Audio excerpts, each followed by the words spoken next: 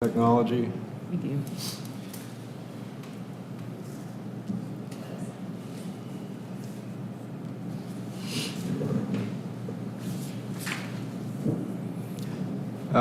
Welcome, everybody. This is the November meeting of the Homeless Initiative Advisory Committee, a joint city-county committee that is tasked with coordinating services and programs related to people experiencing homelessness in Asheville and Buncombe County. I'm David Nash. I'm the chair of the HIAC, and I guess we need to do a roll call. David Bartholomew. Present. Jamie Benshoff. Can this be? Pull it down, yeah. Okay. Here. Sarah Copley. Present. Lance Crawford. Present. Elvia Diaz called and said she wasn't going to be able to make it. Rick Freeman. Present. Claire Hubbard. Also not available. Marcus Laws. Present. Dustin Mailman. Tim McEllier. David Nash present. Joel Steininger. Present. Jessica Supek has a representative. Hi, I'm Jordan Mayhew. I'm the new McKinney-Vento liaison with Asheville City Schools. Thank you. And Jennifer Teague. Present. All right. Specifically want to welcome our newest member, Jamie Benshoff, who's been confirmed. She's been working with us on the Finance Committee for a few months. She is an awesome person to work with, and really glad to have her.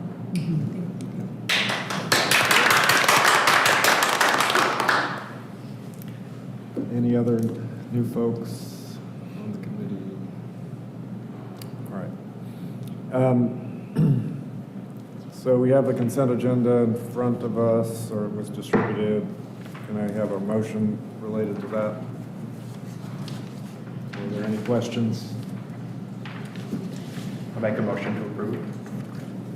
Second. I'll second. Okay. Any discussion? All right. We'll do a roll call vote again. David Bartholomew, Yes. Jamie Benshoff, Yes.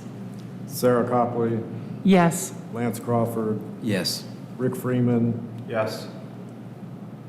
Marcus Laws, Yes. David Nash, yes. Joel Steininger, sorry about that. Yes. Jessica Supek, Yes. and Jennifer Teague. Yes. All right, the motion passes.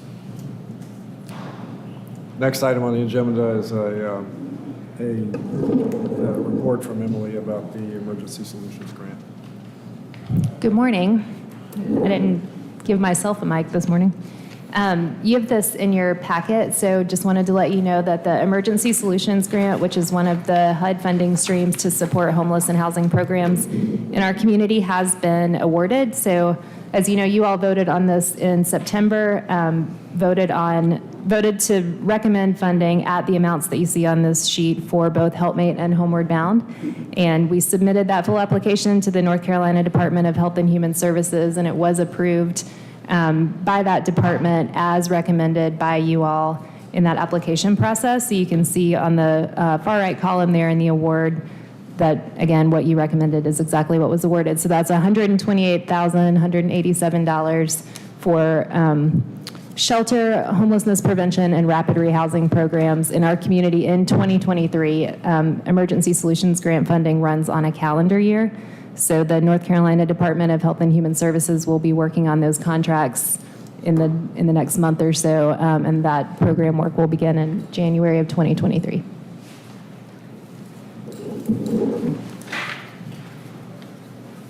All right, thank you, Emily. Any questions about that? Just going to note for the minutes that Dustin Mailman is here.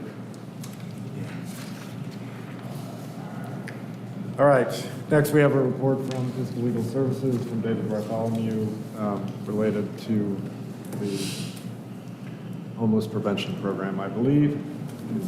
Fill us in on the details. And if it's okay with everyone, I'm just going to sit here. A lot of you guys know a lot of this information, and I do have, I think originally I was going to present in July, so some of the data is from then, but I'll give you the latest data as well when we get to that.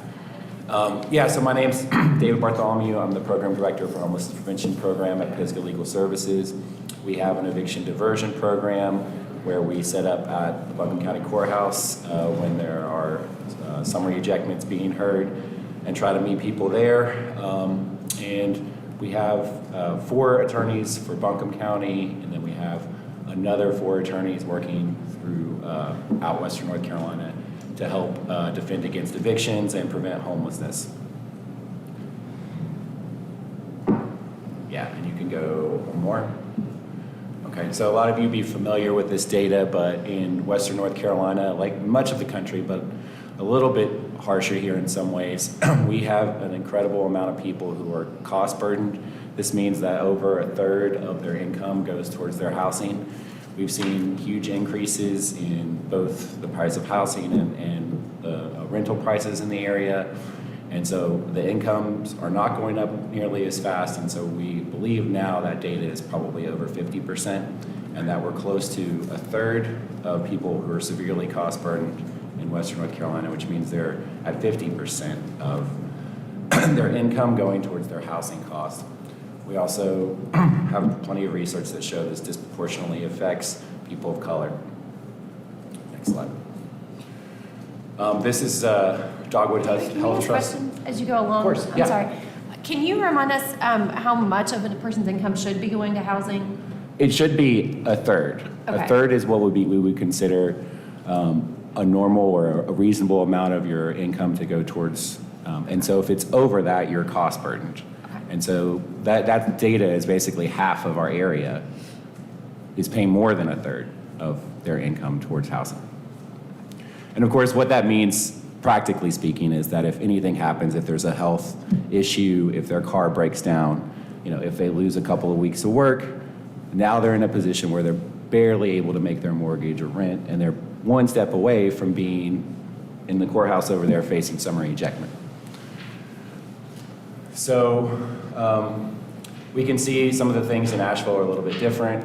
Some recent data was in the Citizen Times pretty recently about how North Carolina is pretty expensive nationally, or it's not so expensive nationally, but Asheville, particular Western North Carolina, is more expensive, and it's the most expensive place by some data in North Carolina to live. Next slide, please. And what we worry about is that this is not going away. We look at the housing stock not increasing as fast as the population growth. The 3 counties in Western North Carolina who are growing the fastest are Buncombe, Henderson, and Madison. And one thing to note about Buncombe County is that we have a higher proportion of renters than most counties in North Carolina. So more people are at risk of eviction. More people have not been able to take advantage of the housing prices going up here in Buncombe County than throughout the state. And you can see the need. That's Dogwood Health Trust data again, 6,300 additional renter-occupied households coming over the next 2 years. Next slide. So this is our mission. We believe housing is a basic human right, that safe housing is crucial for the health of community members, and that Pisgah Legal Services eviction diversion and homelessness prevention is crucial to help ensure that. Next slide. So a little bit about eviction defense. Most of you probably know, but you absolutely do have due process. They cannot landlords cannot just lock someone out. And so if you are a tenant, which basically means that you have some sort of agreement with the landlord to pay some money to stay, you have the right to court process. You have the right to have a written notice of what you've been charged with and a chance to defend yourself in court. And that's where Pisgah legal attorneys come in and try to make sure we are enforcing that. Next slide. So there are 4 main reasons for summary ejectment, which is what the eviction process in North Carolina is. It's for non-payment, which is the majority of evictions, breach of lease, criminal activity, and holdover. And holdover just means the lease is expired. And so we are seeing a lot more holdover evictions in Western North Carolina because of the rent increases. We're seeing just some landlords deciding not to renew a lease. And the moratoriums were very effective against the first 3 kinds of evictions but they did not prevent, at least in North Carolina, holdover landlords from just deciding not to renew their lease. Subsidized housing, of course, is a big part of our work. If you're eligible for subsidized housing, you're probably eligible for Pisgah Legal Services. And when we talk about housing being, a basic right, that we believe everyone should have a right to housing, in the United States, you don't have that, right? In other entitlements, we call them entitlements because if you're eligible for them, based on income, you get them. That's not the way housing works. You wait for a Section 8 voucher. You wait for a LIHTC subsidy. And the wait lists are pretty long here and throughout the country. And if you have a subsidy, we want to make sure that if it at all possible, you can keep it because it is several years, oftentimes, to get that back. So that's a huge part of our program as well. Next slide. So this is data about from the Dogwood Health Trust, and it's the Bowen report, and it's from January, but you can get this data, and it basically shows the housing vouchers that are issued through county, and then you'll see the estimated unused vouchers. And so that doesn't make sense, right? We're talking about this huge need, the fact that you don't have housing as a basic right in the United States, but then why are people not using vouchers? And it's because there's just not enough landlords taking them. And I know in Asheville, in Buncombe County, it's actually better than most because the Housing Authority has done a pretty good job reaching out to landlords, and they're active now in trying to do that. But you still see people struggle to find places that will accept their voucher. And so that is a huge problem here and everywhere. You can see there just Buncombe County, the huge wait list, but then the unused vouchers. So you might be on a wait list for several years trying to get that subsidy, then you get it, and then you have 60 days to find someplace. And if you don't, you might get another extension, but eventually if you don't find a place, you will lose that and you'll have to go back and start over. So, David, let me just interject if I can. Sure. This is a very real problem, people finding a place. Just to correct the numbers, in Buncombe County, it's not 965. I'm not sure where the estimate came from, but it's closer to 400 Okay. in Buncombe County. But it is still a major issue here, and it is something that we need to focus on. Building more housing by landlords or developers who agree to accept vouchers or are required to accept vouchers through the tax credit program, something like Thanks for that. And this data is just, that chart's directly pulled from the Bowen report, so. that. Yeah, I okay. believe you. I'm just correcting it for purposes of. Sure, no, that's good to know. And working with the Housing Authority closely, it's clear that there are major efforts to increase the amount of landlords and to give people opportunities. Some housing authorities do not give you extensions. Pretty much by right, if we're involved, the tenants are going to get another chance to look for housing from the Asheville Housing Authority, and that's not always the case in other counties. Next slide. Another focus of our program is substandard housing. We have pretty old housing stock. Some of that's just because it's really hard to build in the mountains. Other problems are repairs. There's not enough people to do the repairs. So we encounter a lot of that, and that's a big part of our practice, is making sure when landlords are refusing to fix things or there are substandard living conditions that we can get involved and threaten legal action and try to make sure that the landlords are following their duties. So this is the eviction data, and this comes from the State Bar.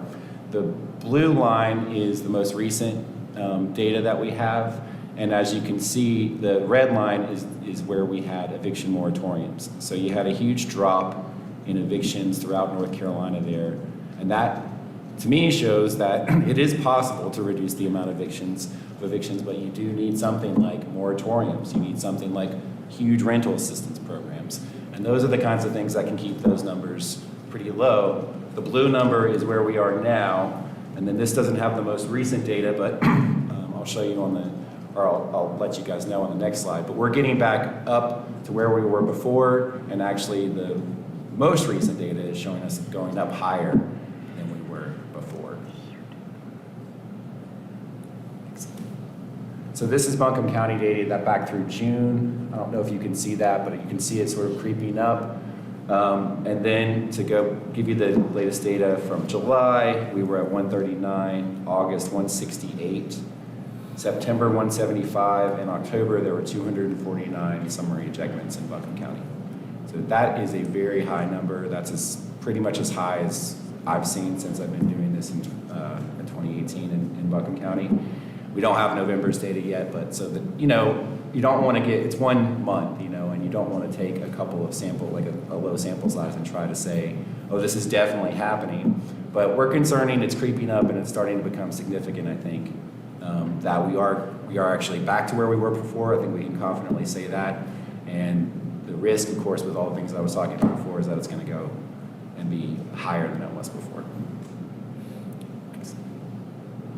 So yeah, some of the other things we're working on long term is trying to make sure that every tenant has an attorney or a right to an attorney, are able to talk with somebody so they can enforce their rights. Often, all we can do is get more time, but that time can really prevent somebody from living in a car, being out on the streets.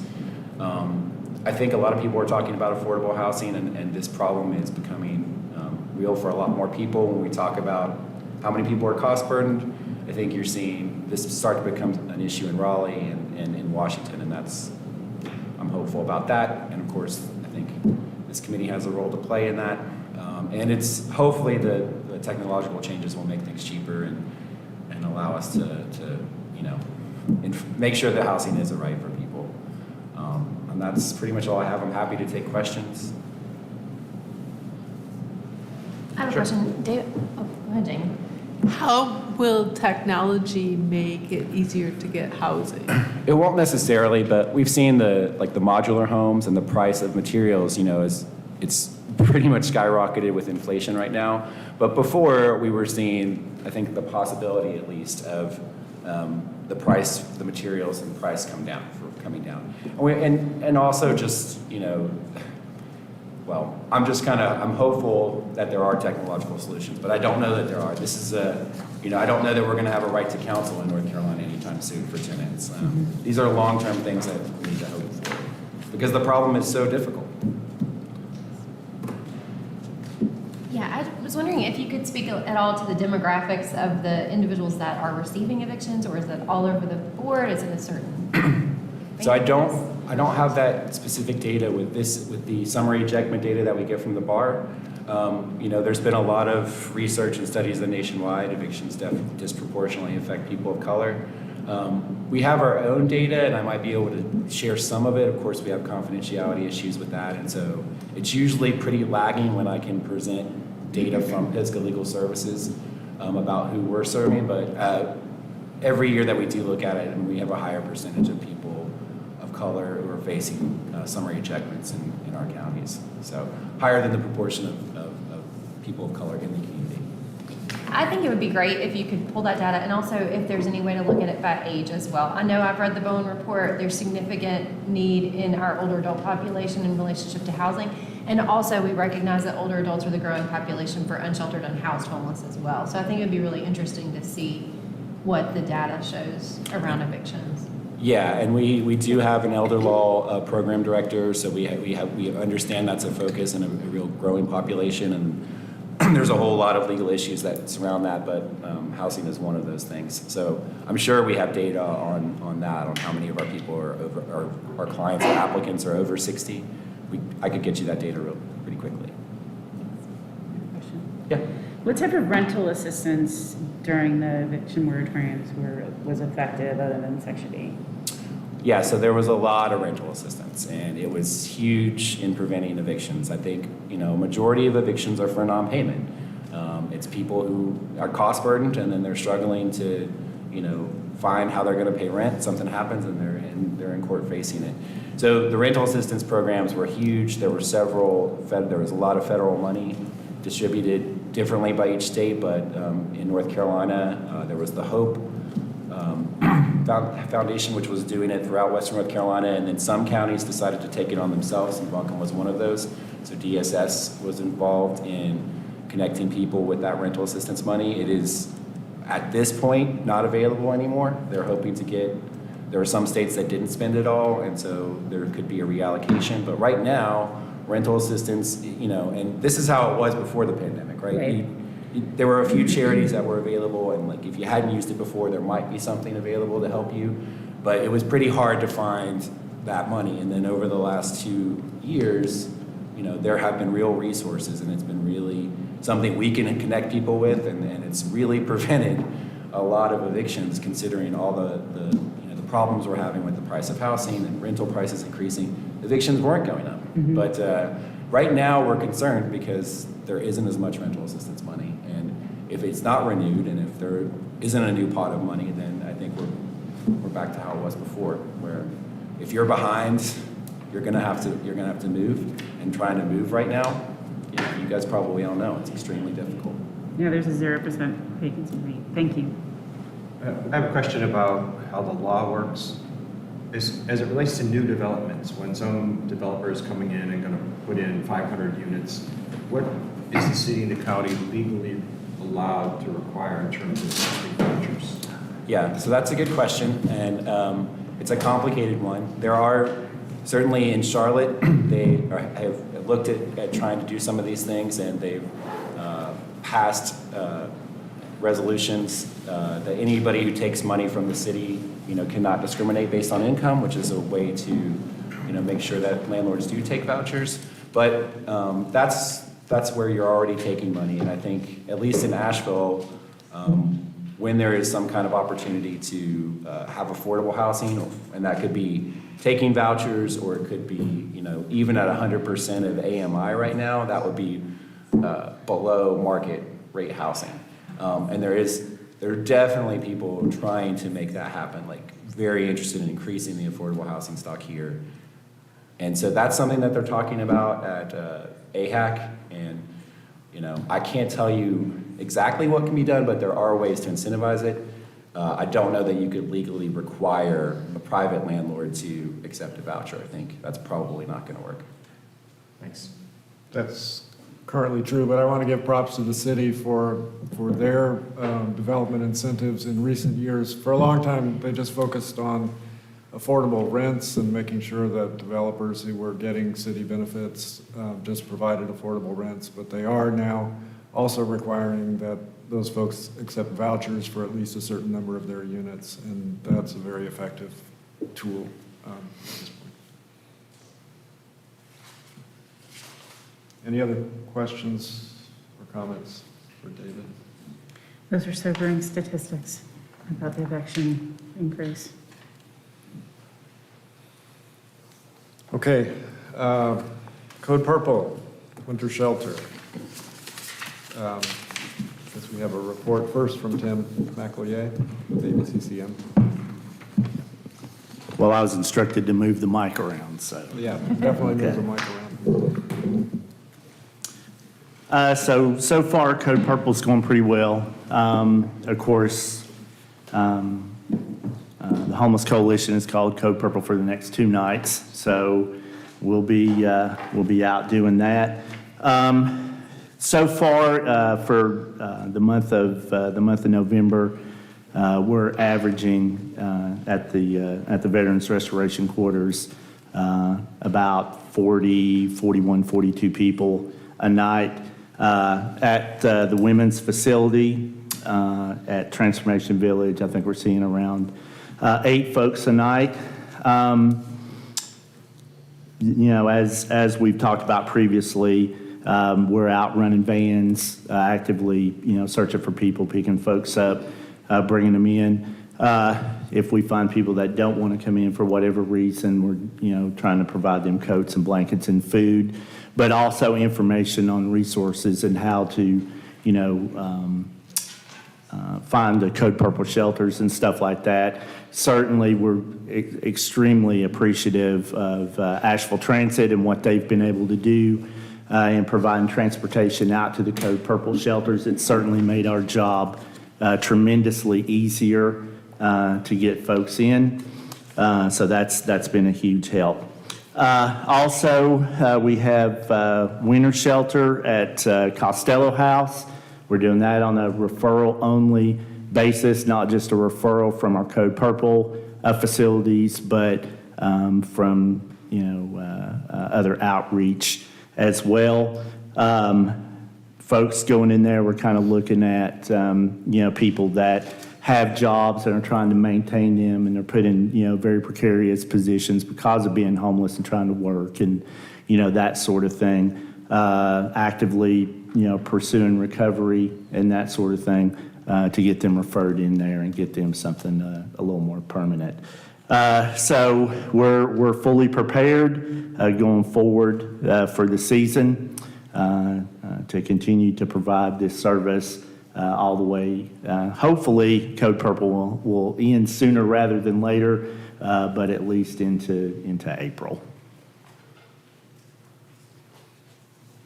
Any questions? I have a question. How is Code Purple determined by the Homeless Coalition for that evening? Is it solely based on temperature or? Well, it's based on a couple different factors, and what we're trying to do is get Code Purple called 48 hours in advance. So we're looking at, of course, wind chills and the actual temperature and that sort of thing. So the hard and fast rule that we have is if it's 32 or below. But if it's somewhere in that vicinity and we're seeing, high winds, lots of rain, stuff like that, we talk as a group and then make a determination if we're going to call it. And usually we do if it's, somewhere right in there. What is the capacity for VRQ in Transformation Village? Well, we have 50 at TRV. We have 50 plus at the VRQ. So I have some room, for expansion. And just to be honest, I don't see us maxing out. So Yeah, with Transformation Village, how many? 50. 50 Yes. currently? Yes. Okay. And y'all haven't hit capacity yet this season? No, not at any of the shelters. Okay. Yes. Hi, I have lived experience and I ride the bus. And we were on the bus at 6:25 a.m. on Saturday morning, the night before it had been Code Purple. And the pickup at across the street from VRQ going into downtown was standing room only to get everybody on the bus. So what I saw was clearly the need for this. Oh, absolutely. Yes, it's certainly a critical need in the community. It's providing life-saving services. There's no question. So, I think our goal across the board amongst all the community providers and the Homeless Coalition is that we work people into a more permanent, situation, and that gives us a good opportunity when we have people coming in to be able to do that. So, I have another question. Is there any conversation or efforts to make winter shelter just during the winter months? Just there's some confusion sometimes about is it going to get called or not? Or do you think getting people into the Code Purple and then working them into permanent is working well enough? It's just...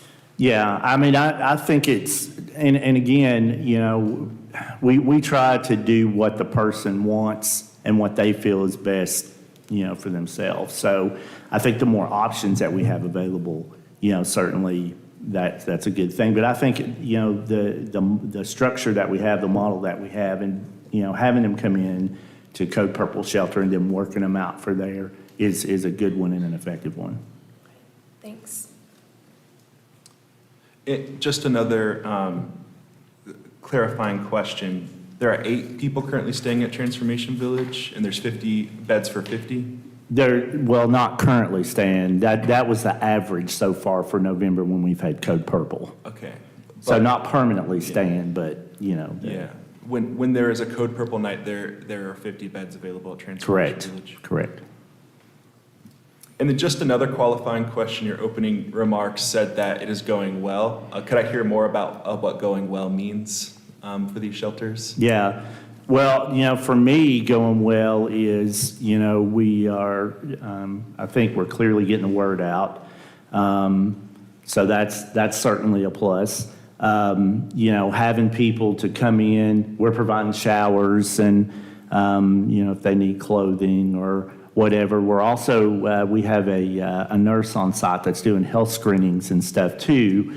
So, to me, going well is being able to, get the number of folks off the street that we are, hopefully more. But being able to get them in, kind of assess their needs, make them comfortable and that sort of thing, and basically just getting that many people off the street for a night. I mean, to me, that's a measurable success. Yeah. And then apologies for my number of No, that's questions. fine. But also, what are the scopes of VRQ? And for Transformation Village, what do you have to do to qualify to stay there? You mean long-term or just for Code Purple? For or Code what? Purple, yeah. Yeah. Well, really, there's not a lot that you need to do. I mean, if you want to come in, you get on the bus or, you catch one of our shuttles to come in. We don't require any ID or anything like that. We're just interested in, serving people, and getting them in and out of the cold. So, I mean, that's basically, kind of it. We do want people coming in that are ambulatory and stuff like that are able to, to take care of themselves and, all of that sort of thing. But past that, I mean, that's really it. Jamie? I have another question. Is there a shuttle for Transformation Village? The bus and then that walk is quite a distance to get back there. Yeah, we are shuttling people back and forth, so, yeah, To the bus stop. yes. So we had a question last month about Costello House, and it's my understanding that Costello House is not a drop-in Code Purple. That's correct. shelter, Correct. So 100% people should correct. Not go there and try to drop in. But you are expanding the winter capacity there for people who are referred through other programs. Correct. And we have had some people, because we did at Costello House last year, that, showed up, but we have the staff over there to call us, and we'll take a van over and pick them up and then take them over to the Code Purple shelter. So the message to the community that I'm hearing is this is working, but there is also additional capacity, particularly for women, but also for men and women, if anybody knows of anybody or sees anybody who's having to sleep out on the street on a cold night, there's capacity at ABCC. I do want to comment, with my experience with folks that lived experience, overwhelmingly, I've heard that y'all are at capacity. So I feel surprised to hear that there's as much room as there is. Yeah. And I'm not sure why that narrative's out there, but, hopefully people will see our meeting today and hear that there is capacity and there's plenty of capacity. So, we certainly want people to come in and take advantage, even if it's for one night, take advantage of, what's being offered by our community right now. All right, as people who work in that space, let's all take responsibility for spreading that word. I apologize, I was late, so this may have been mentioned. Have we had discussion about warming shelter options, or on nights where it's at that line and it's maybe 34 degrees, but in the morning it's cold and rainy, and I think that's something that I've been asked a bunch. I'm not sure what the warming options are currently, or if that's a conversation, but it seems useful since it isn't always cold enough for the actual Code Purple, just to know what our options are around warming. Right. Well, so I know that AHOPE is certainly there, and engaged in the community, and has always been a great resource. Now, what we're trying to do and will going forward is hold people until the temperature does get above 32, and then let them go from there. If the temperature is not going to get above 32 for the whole day, then they can stay with us for the whole day. We won't make them leave. So. I know Haywood Street Congregation is always open for sort of warming shelter-ish type stuff, but I wonder about the transportation too. That's one thing I wanted to clarify for people. Is there transportation back to town after that morning bus? Yes, there is. So, and ART has generously worked with us to get folks back down, downtown, as you just said, where you saw the line at the bus stop in the morning. That's ART, working with us and working to get people back downtown. So does Haywood Congregation have warming shelter options? Well, I don't want to say that for them, but Okay. that's a place that I know people are able to find some shelter during the daytime if you want to speak to that. Is Jubilee going to offer it this year? Has anybody heard? Sort of what I was hoping to prompt. I don't know if there's been conversation around official warming shelter, but that's something that we get asked a lot in the early morning. So, And what I want to note is that the space that Hayward Street holds, it's generally from 9 to 2, Sunday through Thursday. So no later afternoon, no early mornings, there's no, or not many opportunities outside of that on Friday and Saturday. So can we shift to the Asheville Ecumenical Winter Shelter for an update? Good morning. Good morning. I'm Nancy. I am the pastor, one of the pastors at Trinity United Methodist, and I'm going to speak to that, but I can also give a little bit more information about warming shelters. I know that First Pres on Church Street is offering that on Saturdays. I believe it is 11 to 2. I don't have that concretized in my mind. But they have been doing that since the middle of October, so that's a Saturday option. I am not sure, I'm in communication with folks who are running the Jubilee Shelter, the jams, but I'm not sure about their capacity to have it be warming. I just need a little bit of prompting of how much information I need to give to you all about our effort. Should I just start at the beginning? I think quick overview, but really status update Great. about so they have seen your proposal for funding and voted on funding. Right. So status update about where you are with the Okay, great, thank you. So we are a group that have come together out of the Winter Shelter Steering Committee meetings, folks from the faith community, still seeking to work on filling gaps, not recreating any other model. And so one gap that continues to be out there is trying to keep intact families together in a sheltering model. And so that's what we felt that we could do, along with reviving some of the patterns and habits and the community that had been involved in Room in the Inn prior to COVID. So that garnered some capacity for other faith communities to come alongside what we did last year and do this particular model. We're a little over halfway, I'm looking to Anna Pizza, a little over halfway to funding. Yeah, we're well on our way. And I guess it's requiring to put faith back in the faith community leadership to continue to go forward with that, trusting that monies will happen. So with that, it looks like the latest update is that we will begin January 1, and Trinity will begin on January 1 as the first shelter, and then it will be passed off February 1 either to Grace Episcopal or Grace Covenant Presbyterian, and then for March, it will pass off to the other church that has not done it up on North Merriman. So those are the three communities that are working together. There is some additional support from the Church Street Collective of faith communities between Trinity Episcopal, Central United Methodist, and First Pres. Again, a reminder, our scope is trying to provide 10 bed spaces, so we figure that's roughly 2 families. So in the buildings that we all have that have this great resource of space, that would probably be about 2 classrooms, our bathrooms, and some accesses to our kitchens to provide assistance. And ours will be winter shelter, regardless of Code Purple. It will be referral-based through ABCCM's cooperative spirit and some other community partners. Any questions that I might answer?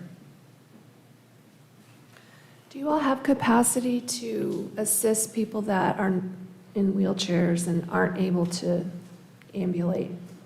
I don't know if that's something we've touched on in here. Right. That's at the Winter Shelter Steering Committees, that continues to come up as a gap. Okay. And no, we're not really able to, but we always, because we're faith communities, we leave that door open. So I think if something came about, we would ask in the moment. But no, the lane we're staying in is intact families, and then in addition, if there happened to be any additional bed space, people from the BIPOC or LGBTQ communities. Yes.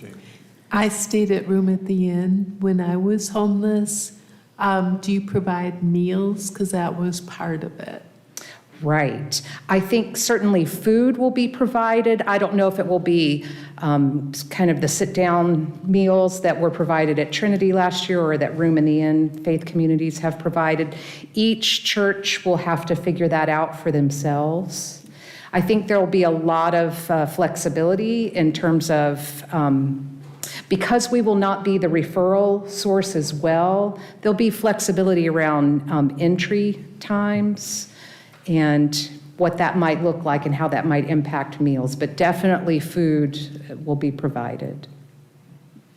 Can you speak a little bit more to the funding piece that you shared? And then also, can you name those churches one more time? Sure. So the churches are Grace Episcopal, and then close by, Grace Covenant Presbyterian, and Trinity United Methodist are the three that are offering their building space. And then, yes, based on our budget, we have pushed over the halfway point a good bit, enough that we have been able to go ahead and hire. That's our goal, is to try to hire people that work in this field or people with lived experience.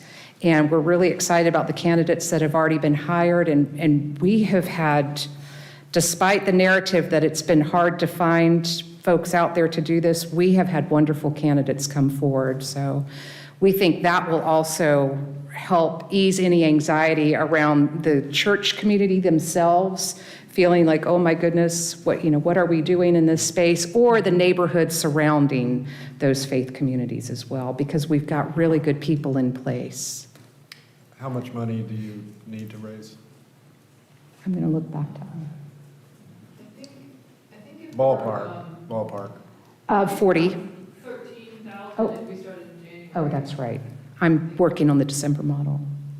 Yeah, depending on when we open, it's between 13 to 20,000. That you still need to raise? Yes. Okay. So you've secured somewhere, We secured, I want to say, almost 50,000. Almost 50,000. okay, so you're in the ballpark.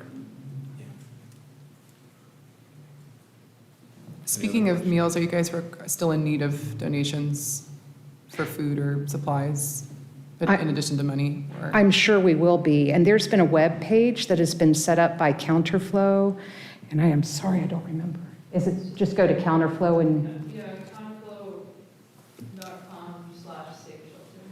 counterflow.com/safe shelter is what we're calling it.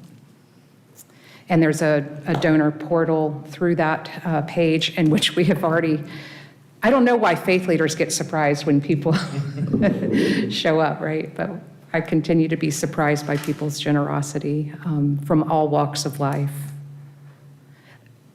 And my personal goal as a faith leader in this is that we will continue to push the model forward to moving from Code Purple to winter shelter, and then from winter shelter to year-round shelter.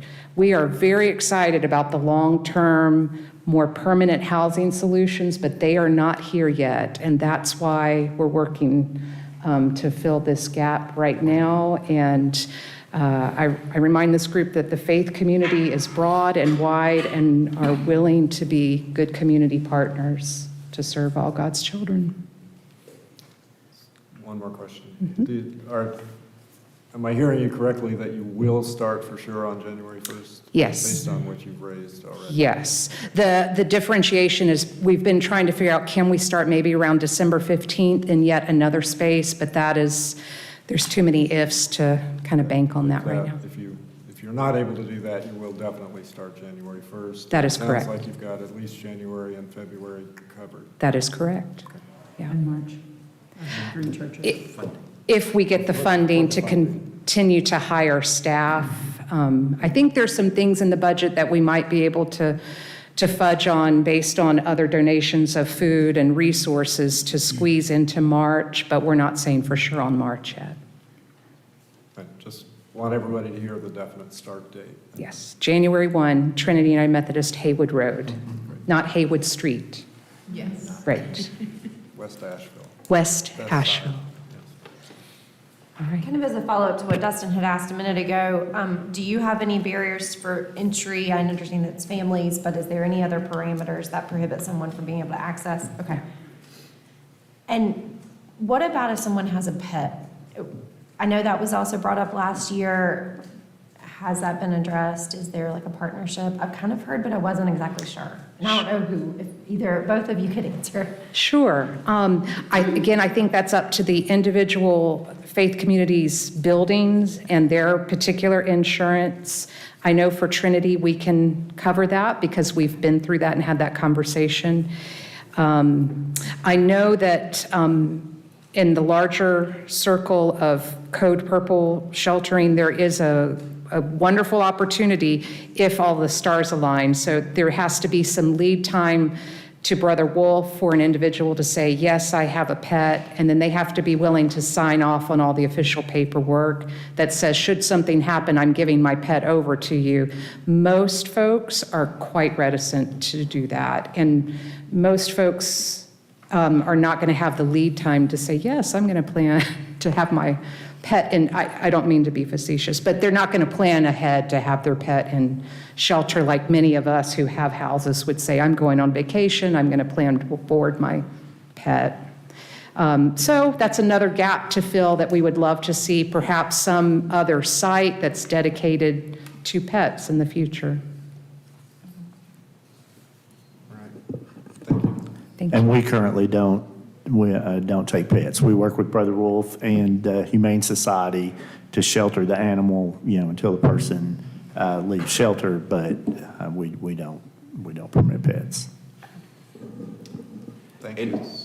And just to double check, you offered families, but also with the additional spaces, room for people who are LGBTQ or a person of color as well, if the space is available, correct? If the space is available and somebody from that community has not felt there's been some kind of boundary for them, absolutely.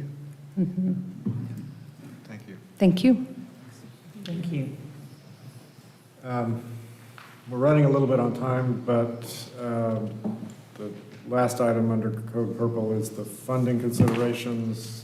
I'm not sure we designated a report out. I'll go ahead. The Finance Committee met on this and has a recommendation that's in the packet. And that's specifically two things. Even though the ecumenical shelter hasn't opened yet, we're recommending continued funding as originally awarded for that group. And we also learned subsequent to the awards that Salvation Army was not going to be able to provide Code Purple shelter this year. So we would like to recommend that we open that up again, the $9,940 plus or minus that was awarded to Salvation Army, that we open that up for proposals and award it to another group. So that is our recommendation. Can I get a motion from somebody on the committee? David, I'm sorry, I think you need two separate votes. Okay, so can I get a motion on the first item about leaving the awards, aside from Salvation Army, leaving the awards as is? A motion to approve. Second. Any discussion? I think we need somebody, is that you? We need somebody now from the finance worker to second, I believe, since finance worker is the first. I'll second. All right. Motion by Lance, second by Joelle. Any discussion? Okay, we'll go for a vote. David Bartholomew, Yes. Jamie Benshoff, Yes. Sarah Copley, Yes. Lance Crawford, Yes. Rick Freeman. Yes. Claire Hubbard, Yes. Marcus Laws, Yes. Dustin Mailman, No. Tim McElroy, I think I should abstain. abstain. Joelle Steininger, Yes. Jessica Supik, Yes. Jennifer Teague, Yes. and I'm a yes as well. All right, so can we get a motion on reopening the process for the amount that was returned by Salvation Army? Make a motion to reopen the process. Second? Second. I'd like to move into discussion. I have questions. Sure. So I would just like to know a little bit more about the finance work group's thought around reopening it versus just reallocating out to the providers who requested, either in a percentage base that's similar to the other funding or based on need of one organization over another. I'm not sure that was an option that was presented to us, but I think since it's city funding, it needs to be reopened. That's my understanding of that. So that's the reason. Yes, so it would just be reposted in the same, I'm sorry, not Mike, maybe you can repeat this, but it just needs to be reposted through the same format, same process as before. So Emily is saying from the city's perspective that the funding needs to be reposted. I don't think it needs to be reposted for an extended period of time, and I think, we're not going to require a whole new fancy application for it, but it needs to be reposted for currently funded providers or others to put in a proposal. Even though it's not additional funding, sorry, I'm just, okay. Yes, that's the answer, Jessica. Is there any room for discussion of just reallocating the funds to the folks who have already received funding? Apparently not, Okay. Although they are welcome to apply. and they are welcome to apply. They are A welcome. point of clarification, the folks who have been awarded can apply again? Yes, definitely. That's a great clarification. All right, ready to vote? David Bartholomew, Yes. Jamie Benshoff, Yes. Sarah Copley, Yes. Lance Crawford, Yes. Rick Freeman, Yes. Claire Hubbard, Yes. Marcus Laws, Yes. Dustin Mailman, Yes. Tim McElroy, Yes. David Nash, yes. Joelle Steininger, Yes. Jessica Supik, Yes. Jennifer Teague. Yes. I don't know how, I can't remember how to pronounce people's names when I'm reading them when I don't. All right, pass unanimously. Dave, Yeah. the other piece on this was finance work group asking for authorization. Oh, I'm sorry. My bad. Is it written in here? It is. Okay, so does everybody understand that it was our request to be able, for the finance work group, since this group may not meet again until January, for the finance work group to make the final decision about this supplemental funding? Can I ask who's currently on the work group? I am David Bartholomew, Lance, and Jamie. Okay, thank you. So can we state for the minutes that that was part of and approved by the last motion, or do we need another motion? I would request another motion. I'm a little unclear. Is it just so that the funding could be sped up? Is that the reason that the finance committee would make the decision? Okay. Is that typical practice within like the city for the smaller work group to be able to make allocations without the overarching board voting on that? I think that's the vote. I think that's up to you all. But the city doesn't have any concerns around that? Okay. Okay, motion to delegate that responsibility to the finance committee. I make a motion. Second. Second. Here we go. David Bartholomew, Yes. Jamie Benshoff, Yes. Sarah Copley, Yes. Lance Crawford, Yes. Rick Freeman, Yes. Claire Hubbard, Yes. Marcus Laws, Yes. Dustin Mailman, Yes. Tim McElroy, David Nash, yes. Joelle Steininger, Yes. Jessica Supik, Yes. Jennifer Teague. Yes. Thank you.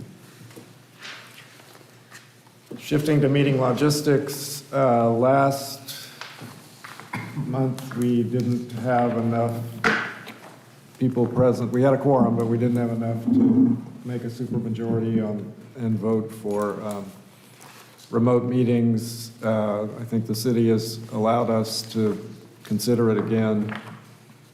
And I think the default is we will meet in person, probably in this room, so that it can be broadcast, at least until the city comes up with a hybrid option. But so the motion, if anybody wants to make one, is to go 100% remote meetings for the next year. So does anybody want to make that motion? I'll make the motion. Do we have a second? Second. Discussion? Yes, discussion. I don't understand. So if the motion is that we would not meet in person, we would meet by Google Meet on the city's website from separate locations, as we were meeting during the pandemic. Yes, I'm familiar with that, okay. So that's the option, and that's what the motion is to do. If we need 2/3 of the total committee to vote in favor of that for it to happen. If we don't have 2/3, then we will meet in person here. And so discussion? Yeah, from our previous notes, I was under the impression that we were considering hybrid. From the notes, I didn't gather that we were choosing all online or in person. Those are the only two options. The city doesn't have the technology to support hybrid at this point, although I think they are working on that, or at least we hear they're working on it. Okay. Anybody want to speak in favor? Yeah. So, since I started the motion, I think it's easier for the public to interact with this committee in a hybrid mode. They don't need to drive their cars, they don't need to park in the parking garage, they don't need to walk in here, they don't need to go through all that if they're interested in what's going on. So that's one reason. We need the public, we need the communities to learn what we're talking about so they can really understand the impact, because I think there's a big knowledge gap. As a person who's come into this without this background, it's a steep learning curve, and we need their support. Can you clarify, you said hybrid, but do you mean like all like virtual? So the city is working on the technology for hybrid, but Okay. what I've been told is it's unlikely that that will be made available in the next calendar year. I know they're working hard, so we wouldn't be able to, 5 of us come here and be in this setting, and the other 11 be at their remote locations. So the decision is, we're gonna come here all the time, and, or we're gonna get in front of our computers or iPads and go remotely. So one is public, and the other is just convenience for the members to be able to step away from what they're in the middle of doing all the time and go into their office or their bedroom or whatever the case is and attend this meeting and then get back to what they're doing rather than losing commute time and that sort of thing. So that's my reason for asking the team to consider remote for another year. But the public has access to both, correct? Like, they can see this and interact with us? They can't They interact. can't interact, okay. Right, whereas they can interact under the public input rules. They can attend, they can queue up on the telephone, they can do all those things to interact. The only way they can interact with us here is to be present in person. Okay. They can provide public comment in advance when you're meeting in person, but not during the meeting if they're not in person. That does seem like a barrier to me for participation. Yeah, I mean, if people are willing to come, and that will be part of my organization's dream, is to help people get engaged. They learn something on the spot and want to ask a question like people did today, they can't in this setting, right? They have to anticipate it, so they can't actually ask a question or get a clarification on the spot if we're only here unless they come. Dale, are those the only two options that were put on the table, and is anything out there like, let's meet live once a quarter and be remote, the rest of the time, or anything like that, it was just one or the other? The policy from the city is one or the other for a year. And I'm in a different board and commission, and we can schedule a retreat anytime we want as a face-to-face meeting if we think that's appropriate. But the standard monthly or quarterly or bi-monthly meeting, so that the community knows what's going on, has to conform to whatever we decide. But if we want to go work on some problem in between, or any working group wanted to go work on some problem, they're free to meet face-to-face or free to have their own remote meeting. So I'm opposed to this motion. I think we have lost a lot of this committee, and I've been on it off and on for the last 12 years, really working together collaboratively, and I think for that purpose, obviously people can participate if they choose to come here, but for that purpose, I think in-person meetings are important, so I'll be voting no. I will also be voting no for the sake of accessibility. Though folks who may work and have a commute, there is a limited access for the folks who we are making decisions on behalf of to be in person, to have folks who are sleeping 100 yards away, having the ability to come in person and know by which means they are spoken about is of utmost importance. I'm also voting no because when I think about as a person who is a care provider, to participate in body is to participate in the commitment that we have together to serve on a committee such as HIAC for the bodies that are sleeping just 100 yards away. Any other comments?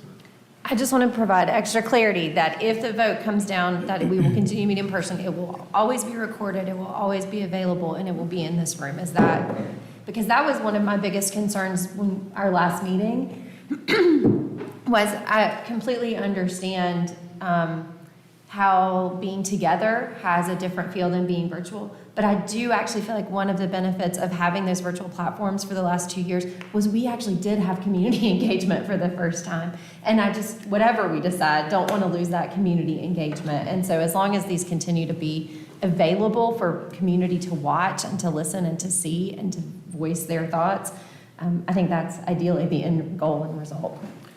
I just have another question about the community having the ability to type in like they do on Zoom, those calls where they can type in, you're saying no.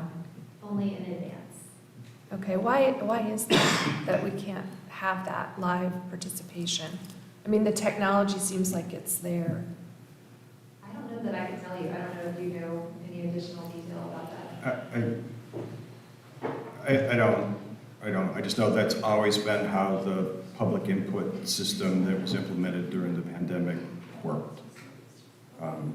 That chat-in wasn't an option, and attending, private room, that wasn't an option. So I just don't think the city's ready to change those rules at this moment in time. Hold on, Jamie. Is there more? Yes. Okay. It has to do with the conference bridge between public input and Google Meet. Since this streams directly to YouTube and it doesn't go through Google Meet, there's nothing for public input to connect to. So it's just losing the conferencing ability. This can't stream through Google Meet? This doesn't, no, this streams just directly to YouTube, so it's live right now out there. But it can't. No, they've Can't. removed that, this is only for streaming directly to YouTube now. Okay. My understanding is that live streaming on YouTube does have a commenting ability. Is there any way we could explore what having access to that commenting ability could look like? The thing I can tell you is all of this is through the clerk's office, and so not specific to this committee, but applies to all boards and commissions, and also that I am not an expert in how they are developing. I can't answer most of these questions. I can certainly ask those questions and send follow-up information to you all, but this is citywide policy through the clerk's office. I'm glad to offer communities that I know of who are streaming regularly with commenting as well. So I have a question. yes, I'm sorry, Jamie. In order for the public to comment, how would they access the information of what was on the table? The information of the agenda is on the city's website in advance, and they can look and comment on that, or they can come in person and listen and comment. I would like to request that more exploration and effort be put into this issue. I second that. For hybrid or? No, for public comment on this I platform consideration. All right, are we ready to vote? We're kind of running into Josh's time. David Bartholomew, I'll abstain. Jamie Benshoff. Are we voting on the motion to The explore it motion- further? No, we're voting on the motion to go remote. It's 100% remote. No. Sarah Copley, No. Lance Crawford, No. Rick Freeman, Yes. Claire Hubbard, No. Marcus Laws, No. Dustin Mailman, No. Tim McLeod, Yes. David Nash, my vote is no. Joelle Steininger, Yes. Jessica Supik, No. Jennifer Teague. Yes. Okay, so 8 noes. I heard it, I didn't hear it. It's not 2/3 in favor of the motion, so the motion fails, and we will meet in person at this location going forward for the remainder of this year. Well, for the next 12 months. Do we have an official motion on the table from Joelle? Because Dustin seconded. To explore the remote capability. Do we need to vote on that? I think it is we all agree that having remote comments would be beneficial, correct? The ability for people to comment remotely. So can we, rather than voting on it, can we ask the city staff to explore that And respond by the next meeting. and respond by the next meeting? Is that okay? Meeting schedule, I circulated some emails. Most people said yes to the second Thursday of the month. I guess we haven't necessarily checked to see if this room is available on the second Thursday of the month. It is, at 9 o'clock.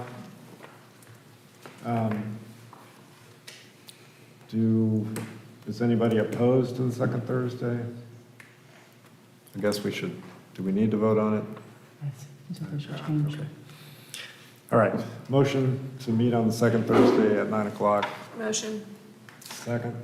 I'll second.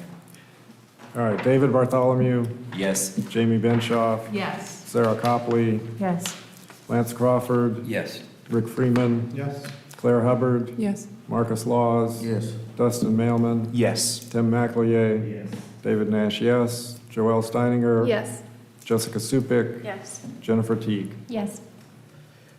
Thank you so much. December? Yeah, December, so the second Thursday in December isn't next week. Do we want to go ahead and skip December? Do we need a meeting in December for any action that you're aware of, Emily? It's the 8th. It's the 8th. The second Thursday would be the 8th, December 8th. So what's the second Thursday of January? Is it the 12th? It is the 12th. And, yeah, so shall we meet on the 8th, or shall we postpone until the 12th? I'll make a motion to postpone until January. I'll second that. All right, any questions? Voting, David Bartholomew? Discussion. Oh, any discussion? Yeah, what impact would this have on the new application process for the winter shelter funds? think you delegated to us, to the committee, the responsibility to make those decisions. So we will, as soon as the proposals are in and the deadline is passed, the committee will meet and make that decision. Thank you. Well, we won't wait until January for that. The work group will meet. The work group, I'm Yeah. sorry. Yes, we're not a committee. All right, on the motion to skip the December meeting and meet in January, David Bartholomew, Yes. Jamie Benshaw, Yes. Sarah Copley, Yes. Lance Crawford, Yes. Rick Freeman, Yes. Claire Hubbard, Yes. Marcus Laws, Yes. Dustin Mailman, Yes. Tim McElroy, Yes. David Nash, yes, Joelle Steininger, Yes. Jessica Supik, Yes. Jennifer Teague. Yes. Are we ready for the National Alliance? We're getting close. All right, Josh, are you here? Yes. We need to leave a little bit of time at the end for public comment, but you've got at least 15 minutes, so. I cannot believe you. I'm sorry, you have about 15 minutes. Is that going to work? We can run over a few minutes if we need to, but we're turning it over to you. So go ahead and make your presentation. Okay. You know, you said I have 15 minutes. Yes. All right, should I go ahead and start now? Yes, go ahead and start now. All right.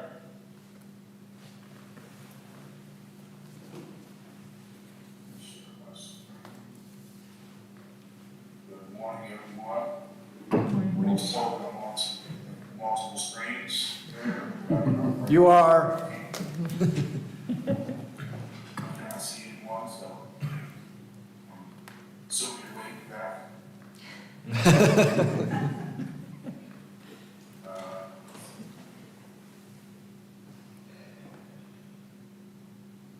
All right, so hopefully you can see my screen. Yes, we can. All right. So, as you all know, I've been, myself and informed Christie, we have used this space for one to update our project, but also just talk about, just kind of share with you all, which will, in the framework which will approach the report with. So, you all who will, the governance structure will be kind of tasked with moving a lot of this work forward to ensure that we're all on the same page. So I'm going to do the same thing today. I know that sounds like you all had a robust meeting to this time, so I'll try to be somewhat quick and just let me know when I am too close to time. I do want to just make sure I give you guys an update of where we're at in regards to the project. So you all know about the Alliance, what we do. I guess you all might have some new folks. Well, we are a national group focusing on ending homelessness in a multitude of ways, including policy, data analysis, and capacity building. How we frame any of our conversations or trainings or projects, it's with the goal of creating an effective and efficient and equitable system, one that works to house people as quickly as possible, and when safe and appropriate, divert people from imminent risk of homelessness, right?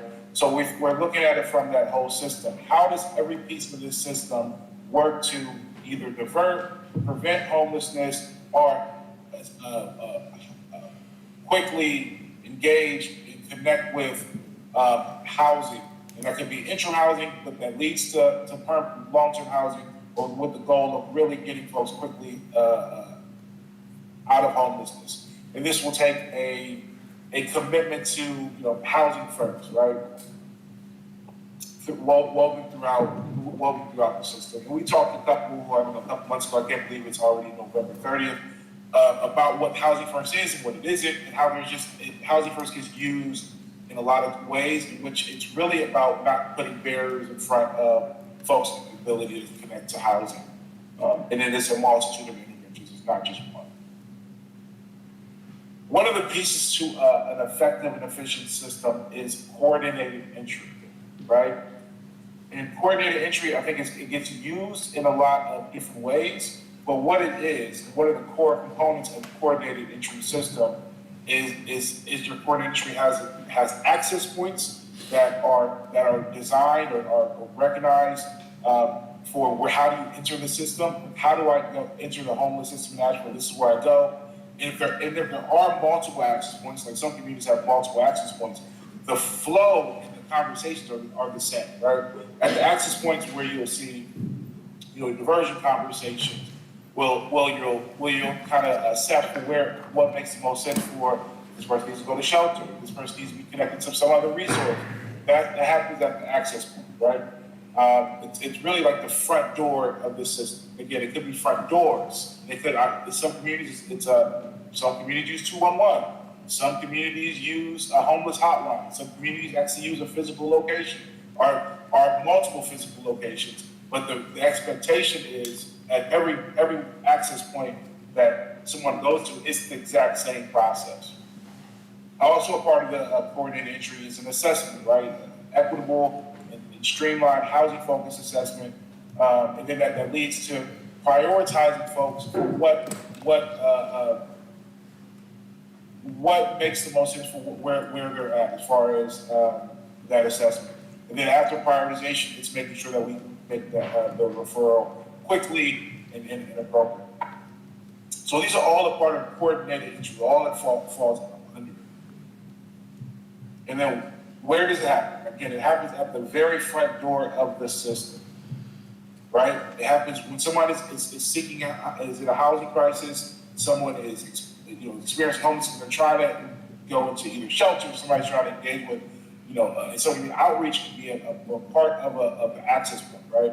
But it really happens at the very front door of the system. And that's where, again, that diversion that we talk about should be taking place. Diversion, again, we talked about last month. So just quickly, the common goals of coordinated entry is, to make sure our system is streamlined, at least accessing it, make sure we're prioritizing folks with the highest need. Two, unfortunately, we have very limited resources. So how are we ensuring that the folks who are most vulnerable, folks with the highest acuity, no matter where they end up in the system, no matter who they're talking to in the system, they're able to be prioritized and assessed for the valuable resource that we have. It also provides us with the necessary data to know where are the gaps in resources? Where should we be looking at for our no-folk? How should we be streamlining maybe philanthropy dollars to fill some of these gaps? It really helps us give us a snapshot of where are the holes and who's accessing the system and what other needs are. And it has that equitable standardized assessment and referral process, and it really helps prioritize and allocate resources, more effective. It's centered with the client's need at the center of it, but also what it does is it really makes sure that our whole system works together, right? Because before coordinated entry, it was wherever you went, whoever you talked to, kind of depending on what resource you went to, what shelter you went to, all of those things, by eliminating a lot of those side doors, it creates a process that is more equitable and efficient for the overall community and homeless system. And it also, as really with having diversion and problem solving being a part of the coordinated entry process, it really ensures also that the resources go to the folks in the most need, right? All right, so that's just coordinated entry. So we mentioned coordinated entry. That's what we're talking about. We're talking about those four core elements. So I'm just going to talk really quickly about some of the housing, the interventions that are used to quickly return folks to housing, and what we mean by it. So rapid exit, right? So diversion, we talked about having problem solving be a huge part of diversion, but that problem solving conversation does not stop at the front door. It doesn't stop at the access point or wherever the conversation happens. It's a continual conversation. Communities have found success in having private public conversation, even after somebody enters the shelter, to find and expedite that rapid exit, right? Because you might, the diversion conversation at the front door, you might have planted the seed that could potentially have had led to more conversation while in shelter. Hey, have you talked to your sister? Have you talked to your cousin? Have you talked to his family? Have you know, what are some of the, how are we building on some of the different creative solutions to resolving your housing crisis? So rapid exit is a huge piece because a lot of folks who come into the system from the shelter can resolve relatively quickly. And having the resources to do that and also continually have those conversations also can be helpful in increasing rapid exit within the system.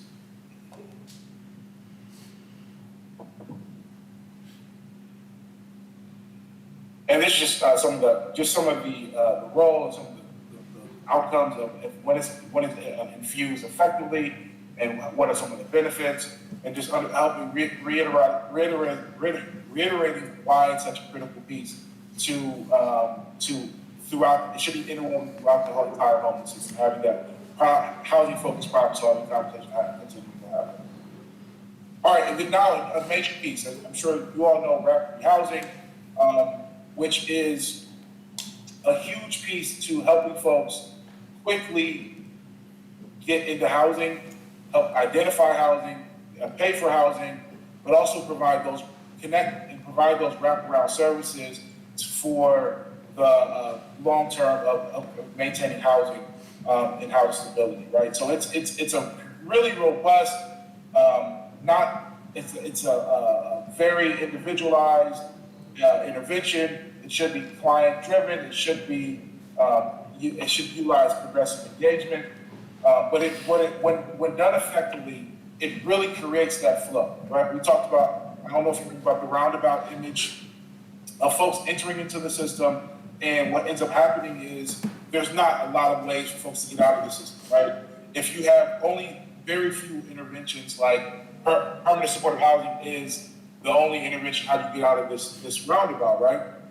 Then people are going to be stuck in that roundabout for a long time until in a year or two that permanent supportive housing opens up. But if we have an adequate amount of rapid housing, we can be engaging those folks earlier on so that the length time of experiencing homelessness can decrease. So rapid housing can engage folks who are living in the shelter, who are living unsheltered, to connect them to permanent housing quickly, right?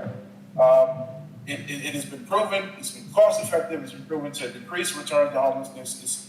It really allows for us to be very targeted and intentional with the resources that we have, right? Because it uses that progressive engagement model. And the progressive engagement model, which is its own separate conversation and training, is really about providing folks with the least amount of assistance initially and being able to ramp up as needed instead of going, I'm giving you 24 months of rental assistance. I can give you 24 months of rental assistance and then trying to tamper back, right? It's saying, hey, I can help you potentially with 1 month, and if you need help with month 2, let's talk about it. Let's have a conversation. Let's continue to build off of that.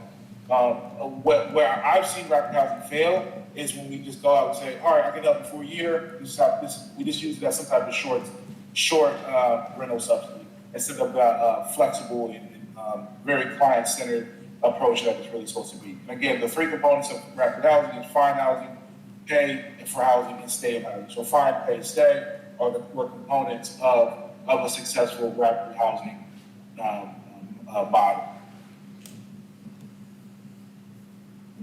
And I know you all familiar with permanent supportive housing, which is another model that again it's under the umbrella of Housing First, but it's not the only intervention of Housing First. As you all heard me talk about rapid exit, as you all heard me talk about diversion, as you all heard me talk about rapid housing.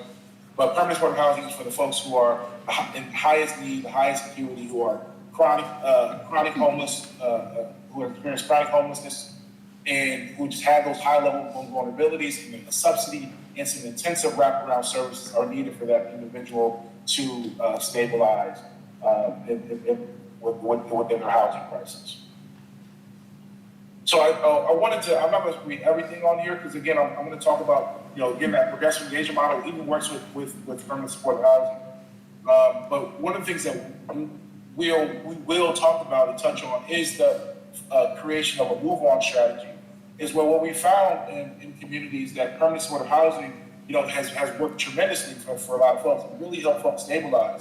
And to help folks stabilize to a place where they no longer need that intensive wraparound services, and where they can potentially move on with a subsidy and maybe some community-based supports and allow for that opening up, that PSH opening for someone else who is in need, right? So even the language in which we kind of use with permanent supportive housing, we started using more supportive housing because it's not always going to be permanent. It can be, but it doesn't have to be. So we've seen communities who've developed and really been intentional about creating a move-on strategy, including the housing authority, including the coordinated entry kind of specialist, to really identify and assess where, who's ready, and like, what does that look like? And how do we make sure that's a strict, seamless process? And we're not moving folks on just to say we're moving them on. We're moving them on in conjunction with the individual tenant. And it's just, we've kind of ensured that we're not setting someone for failure. So if we move them out, they're no longer going to be, they're no longer going to be at risk of experiencing homelessness. I don't know if I have time for any Q&A or any questions or clarifications, but if so, I'm going to just quickly talk through a little bit about where we're at with the report. We're finalizing the report. We have the first 2-3 drafts already kind of complete. We're probably early starting next week. We'll start more of the finalizing of the visualization of it. Finalize some of our meetings with the city, the county, then of course with you all on the 26th. We're still working with some of Dogwood, city, county to talk through maybe some other logistical stuff. But we are close. I believe. So we are close to having the final product, and it's been we're in the throes. And as I was in the queue for this, I was actually just working on it. But yeah, we are there with the plan of introducing it to the city, county, community in January. So I don't know if you have questions on anything I said. Anything Do we have any questions? You can clarify. Can you hear you, Charles? I can hear you a little bit. I think we don't have any questions in the room. I want to reconfirm the date, which is not in my head, so. January 25th from 1 to 4, and at Harris Cherokee that's with city council, correct? And county commissioner. We're just confirming the dates for your in-town presentations, so it's not a question for you, Josh. The 26th, it's all of us, all day. Any other questions? Public available at both of those meetings? Welcome and encouraged to attend. The location for the 26th? Yeah, I'm sorry. Both of those meetings will be public meetings. There'll be meetings of the city council, the county commission, and the HIAC. And then the second day, it'll be a meeting of the HIAC. So the public is welcome to attend on January 25th in the afternoon or January 26th all day. And we are going to be meeting here or some other location. Location for the HIAC meeting is to be determined. The location for the joint city-county meeting is the Harris Cherokee Center. Do we have any public comments? Any other questions or concerns from the committee? All right, meeting is adjourned. Thank you very much. Thank you, David.